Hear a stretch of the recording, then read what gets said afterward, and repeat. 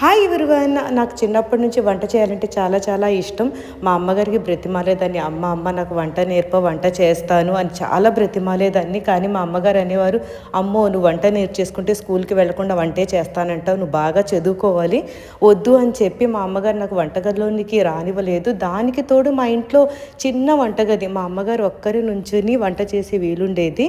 అప్పుడు అనుకున్నాను, నాకు పెళ్ళైపోతే నేనే హాయిగా వంట చేయొచ్చు కదా అని. తీరా నాకు పెళ్ళైపోయిన తర్వాత మా అత్తగారు ఇలా అన్నారు, నువ్వు వంట బాగా నేర్చుకుంటేనే నీ చేతికి గరిటిస్తాను, అప్పటి వరకు వంటకన్నీ సిద్ధం చేసి ఉంచు, నేను చేస్తుంటాను, నువ్వు నుంచొని చూస్తూ ఉండాలి అని చెప్పారు. అలా పట్టుబట్టి నా చేతికి గరిట ఎప్పుడు వస్తుందా అని పట్టుబట్టి మా అత్తగారి దగ్గర వంట అయితే అంత నేర్చేసుకున్నాను. ఎంత నేర్చుకున్నా అప్పుడప్పుడు చిన్న చిన్న తప్పులు జరుగుతూ ఉంటాయి కదా, అప్పుడు మా అత్తగారు ఆ చిన్న చిన్న తప్పులు కూడా జరగకుండా ఉన్నప్పుడే నీ చేతికి గరిట ఇస్తానన్నారు. అలా మా అత్తగారి దగ్గర నేను వంట అయితే నేర్చేసుకుని మా అత్తగారి చేతిలో గట్ట